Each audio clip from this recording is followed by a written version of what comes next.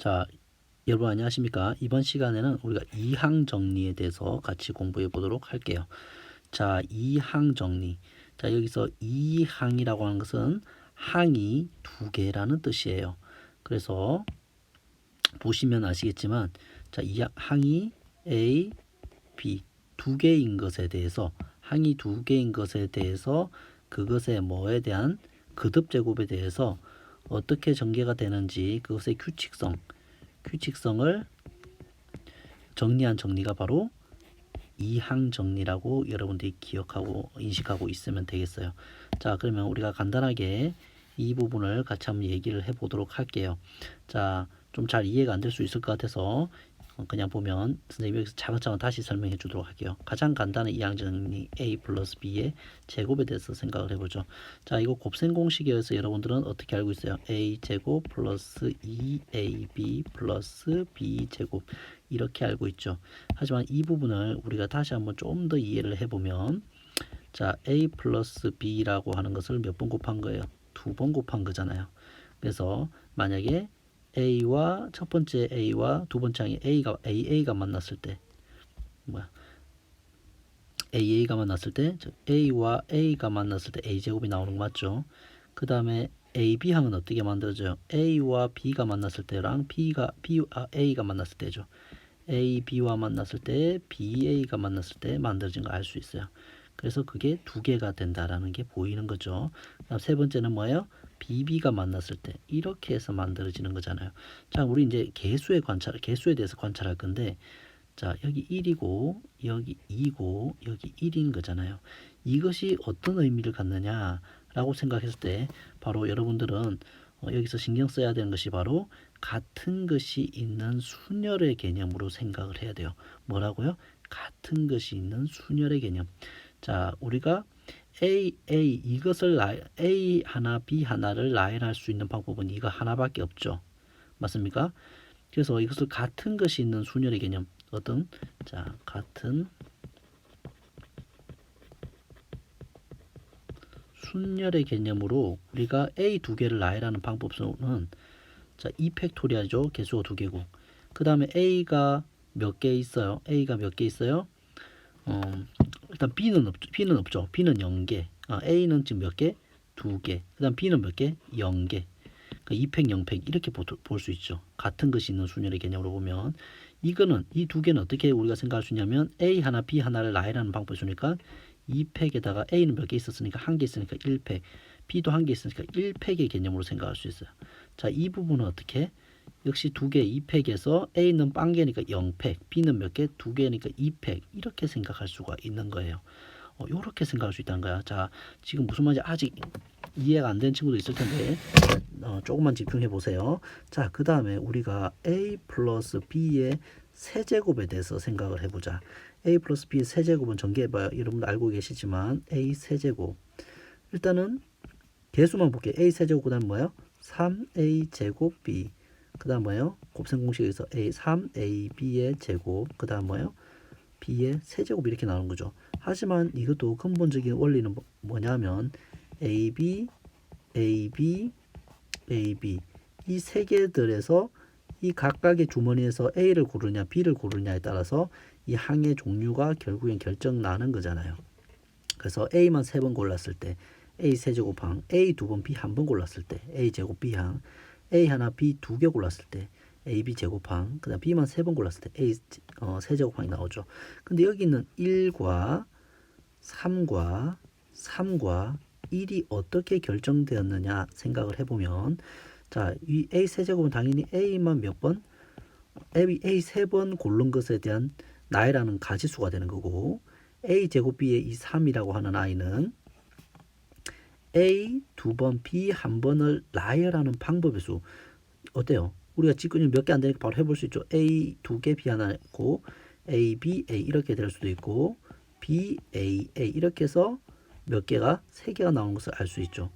얘는요, A 하나, B 두 개를 뽑는 방법의 수. 같은 것이 있는 순열인 거죠. 이걸 나열하는 방법이 있으니까. 그 다음 B, A, B, 그 다음에 B, B, A 해서 역시 세 개가 나오는 것을 확인할 수 있고, 얘는 BBB 이렇게 해서 하나가 나오는 것을 알 수 있죠.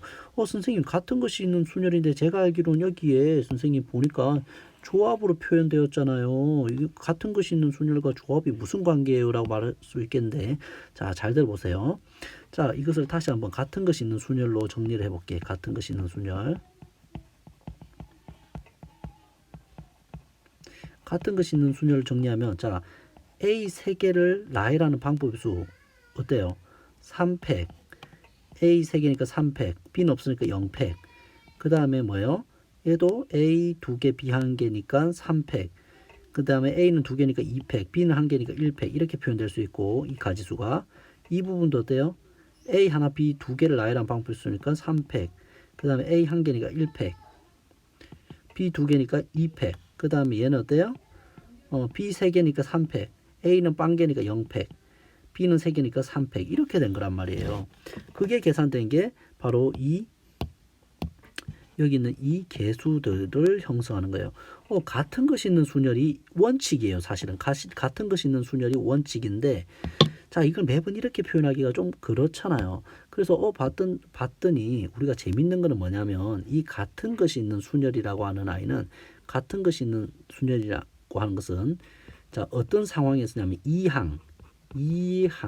항이 몇 개? 2개. 그러니까 A 플러스 B의 n제곱의 이 항에 대해서는 조합하고 바로 연결이 돼요. 그래서 바로 어떻게 표현할 수 있냐면 자, 요 부분을 우리가 조합으로 나타내면 결국에는 이 구조가 뭐예요? 바로 3C0이잖아요. 이게 바로 뭐예요? 조합의 표현으로 하면 3C1인 거잖아요. 이것이 바로 뭐예요? 3C2인 거죠. 이것이 바로 뭐예요? 3C3인 거잖아요. 항이 몇 개일 때는 항이 2개일 때는 우리가 같은 것이 있는 순열을 뭐로 표현할 수 있다? 조합 표현으로 나타낼 수 있다. 이해됩니까? 이렇게 나타낼 수 있는 거예요. 같은 것이 있는 순열이 조합으로 표현이 될 수 있다는 거예요. 이 항일 때, 항이 2개일 때는. 항이 3개 이상일 때는 당연히 조합으로 표현할 수가 없어요. 이 항이 아니면 이 항이 아니면 우리는 조합 표현을 쓸 수가 없어요. 자, 그래서 여러분들이 미리 공부해 본 아이들도 알겠지만 자, 이 부분 봐봐요. 항이 몇 개예요? 이항 정리에 일반화 시킨 건데 항이 몇 개예요? 3개 있는 이런 상황에서는 우리가 이것의 전개식의 일반항이 이렇게 표현된다라고 하는데 자, 그 앞에 이 개수를 형성하는 이 부분이 조합으로 쓰였니? 조합으로 쓰이지 않았죠. 어떻게 쓰였어요? 바로 같은 것이 있는 순열로 표현되었죠. 왜냐하면 조합과 같은 것이 있는 순열이 같은 경우는 언제 같아지는 거니까 항이 뭐일 때? 2항일 때. 그래서 2항 정리일 때만 요 일반항의 개수 부분이 조합으로 표현될 수 있는 거고 2항이 아닐 때는 같은 것이 있는 순열에 의해서만 표현될 수밖에 없어요. 사실은 얘가 주인이에요. 얘는 뭐라고 해요? 그거 대리해서 하는 거죠. 대역이죠. 대역에 해당하는 거예요. 대역. 주인공이 원래 같은 것이 있는 순열이고 2항일 때만 대역을 써서 조합이 표현기호로 나타냈던 것뿐이에요. 그래서 이게 조합하고 무슨 상관이지? 이 개수를 형성하는데 이 부분이 조합하고 무슨 상관이지라고 충분히 생각할 수 있어요. 원래 직관적인 이해는 같은 것이 있는 순열이니까. 근데 2항일 때만 조합으로 표현해도 되어서 조합기호가 깔끔하니까 이렇게 쓴 거예요. 자, 여러분들 이해가 되십니까? 자, 여러분들 이해가 되시기를 바랍니다. 자, 그래서 그 부분을 이제 정리를 마무리해 주자면 우리는 결국에는 이렇게 그래서 정리를 해야 되겠죠. 결국에는 조합의 기호로 우리가 받아들여야 될 거 아니에요. 그죠? 자, 그래서 자, 우리가 항이 A항과 B항 2개 항이 있는데 이 항인데 자, 여기서 몇 개를 뽑을 때 3개를 뽑을 때는 일단 3이 앞에 다 박혀져 있는 거죠. 공식으로 이제 접근할 거야. 그 다음에 자, 첫 번째 A 세제곱항은 어때요? B가 몇 개 있어? 빵개죠. 그러니까 빵개 0이 들어가는 거예요. 여기는 B가 몇 개예요? 한 개죠. 여기 1이 들어가는 거예요. 여기는 B가 몇 개 선택됐어? 2개 선택됐죠. 그래서 2가 들어가는 거예요. 여기는 B가 몇 번 선택됐어? 3번 선택됐어. 그래서 3이 들어가는 거예요. 이렇게 선생님 직관적으로 와닿잖아요. 와닿지 않는 게 당연한 거야. 같은 것이 있는 순열이 직관적으로 이해되는 거고 조합 표현은 사실 직관적이지 않은 거예요. 그렇기 때문에 공식 같은 것이 있는 순열로 일단은 이해를 한 다음에 조합으로 공식화로 기억을 해야 되는 거야. 자, 이것을 일반화시키면 이렇게 되는 거지. 2항이니까 a 플러스 b의 몇 제곱? n제곱에 대한 것을 이제 정리를 해보자. 그럼 당연히 첫 번째 항은 a만 n번 뽑힌 게 있을 거고, 그 다음 두 번째 항은 a가 n-1번, b가 한 번 뽑힌 게 있을 거고, 그 다음에는 a가 n-2번, b가 두 번 뽑힌 게 있을 거고, 이런 식으로 해서 뭐가 있겠어요? 우리가 a는 n-r번, b는 r번 뽑힌 게 있을 거고, 마지막으로 a는 빵번, b는 n번 뽑힌 항으로 전체 항이 완성되겠죠. 그러면 이 부분은 뭐예요? 이 부분은 그렇죠. n개 중에서 b는 빵개 뽑혔으니까 개수는 이렇게 형성되고, 이 부분은 뭐예요? n개 중에서 n제곱이니까 n 중에서 b는 한 번 뽑혔으니까 1제곱, nc1이 되고, 이 부분의 개수는 뭐예요? nc2가 되겠고, 이 부분의 개수는 뭐가 되겠어요? ncr이 되겠고, 이 부분은 뭐예요? ncn이 되겠죠. 자, 이래서 결국엔 여기는 총 n 플러스 1개의 항, 이 n 플러스 1개의 항을 이 항들을 한 번에 표현할 수 있는 가장 일반적인 게 뭐예요? 가장 일반적인 게 바로 이 부분이죠. n번째 항, r번째 항이라고 해야 되나요? r번째 항.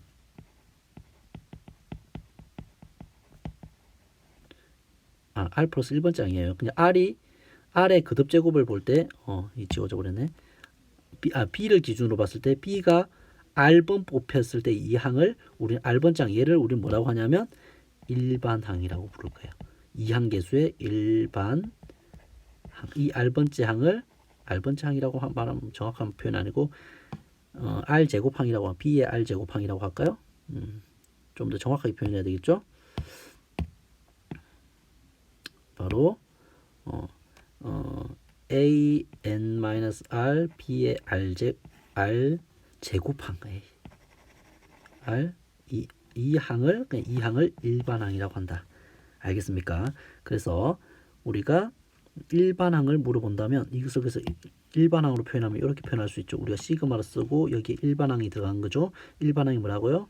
a와 b가 있는데 b가 r개 있는 항. 그럼 a는 몇 개 있어요? 당연히 n-r번 있겠죠. 그럼 여기는 뭐예요? ncr이 되겠죠. r은 어디에서부터? b가 빵번 뽑히는 것에서부터 n번 뽑히는 것까지 이렇게 나타내는 거잖아요. 그죠? 그래서 바로 얘가 일반항이다. 얘가 일반항이고, 시그마 표현으로 우리가 이항 정리를 정리해낼 수 있다. 됐습니까? 이게 이항 정리예요. 이해됐죠? 얘가 일반항이고, 자, 이렇게 여러분들이 기억하시면 되겠어요. 그래서 항이 두 개인 것의 거듭제곱을 전개하는 규칙, 이항 정리에 대해서 우리가 얘기를 해봤어요. 자, 잠깐 쉬었다가 우리가 관련 문제들